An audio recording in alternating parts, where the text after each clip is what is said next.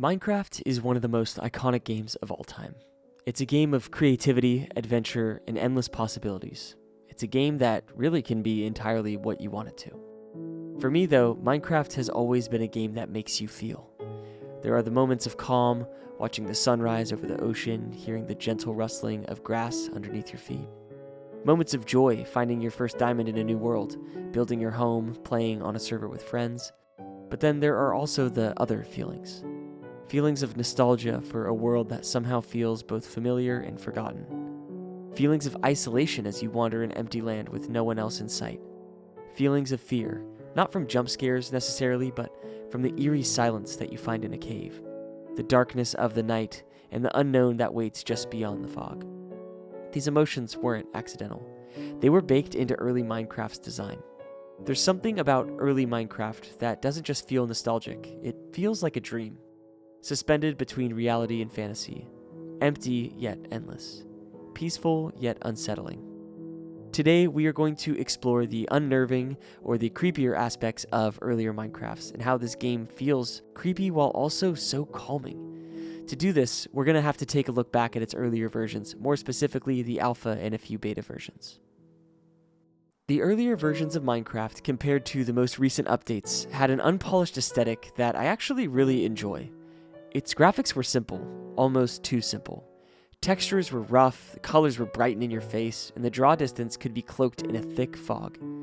Even in broad daylight, the world felt abandoned, like you were the last person on Earth. And if you weren't playing on a server with others, you literally were the last person on Earth. Villagers were not yet introduced until later versions of the beta, so in the alpha, you're completely alone in this massive procedurally generated world. Unless you consider zombies, skeletons, or creepers as people, which I do not since they are scary and are trying to kill you. The lack of interactivity with other humans really made you feel isolated. On top of this, each world is procedurally generated, which means no two worlds are the same. You are in a unique, isolated world every time you start anew, which means there is no familiarity and no geographical similarities between worlds. In the alpha versions, custom seeds were not yet introduced, so you had literally zero control over the procedural generation of your world. It was completely in the hands of the game. With no distractions, your mind filled in the gaps. You weren't following quest markers or objectives just yet. You were just existing. And that gave old Minecraft this strange, meditative atmosphere, almost like being trapped in a liminal space. And yes, I know my other videos have been about liminal spaces and backrooms games. This is absolutely not going to be one of these, but I would be remiss if I didn't mention it somewhere in this video. The music of Minecraft is instantly recognizable, especially the initial album that shipped with the game. C418 has a way of creating music that varies from piercing my heart and making me want to cry alone in the rain, to sweating a profuse amount out of my bones. On top of the incredible music, there are some downright horrifying sound effects that can randomly trigger while exploring caves. Here are a few examples of that.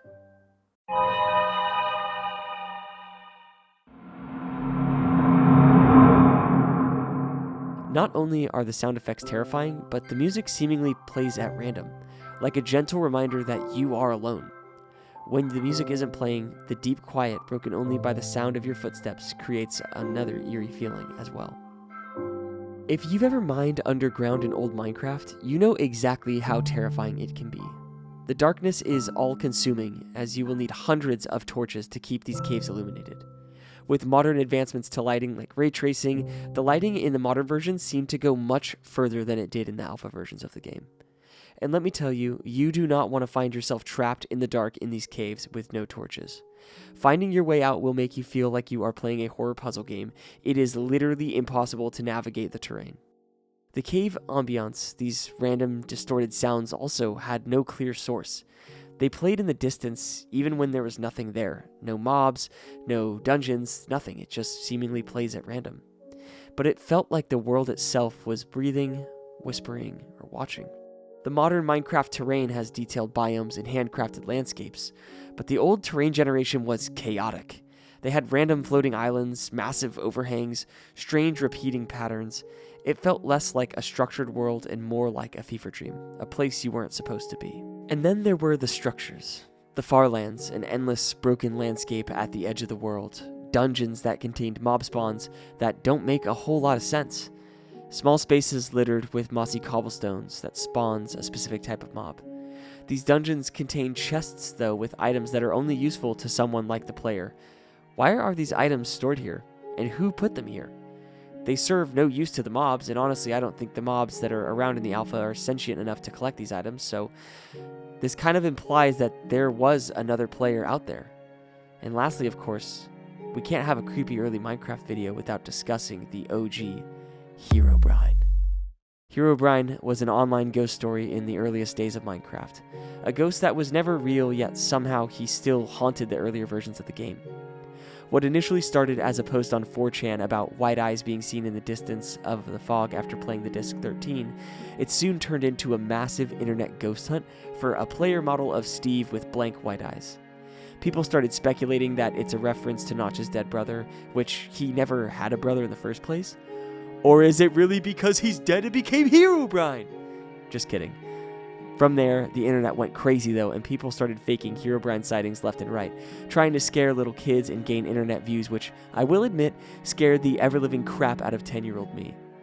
I wanted Herobrine to be real so bad, by the way, as someone who absolutely loves horror gaming concepts, creepypastas, and the like. I wanted Herobrine to be real, and yes, I did believe it for a while. I am admitting this here and now. Outside of the fake ghost story though, the fear of something lurking just out of sight made the game feel even more eerie.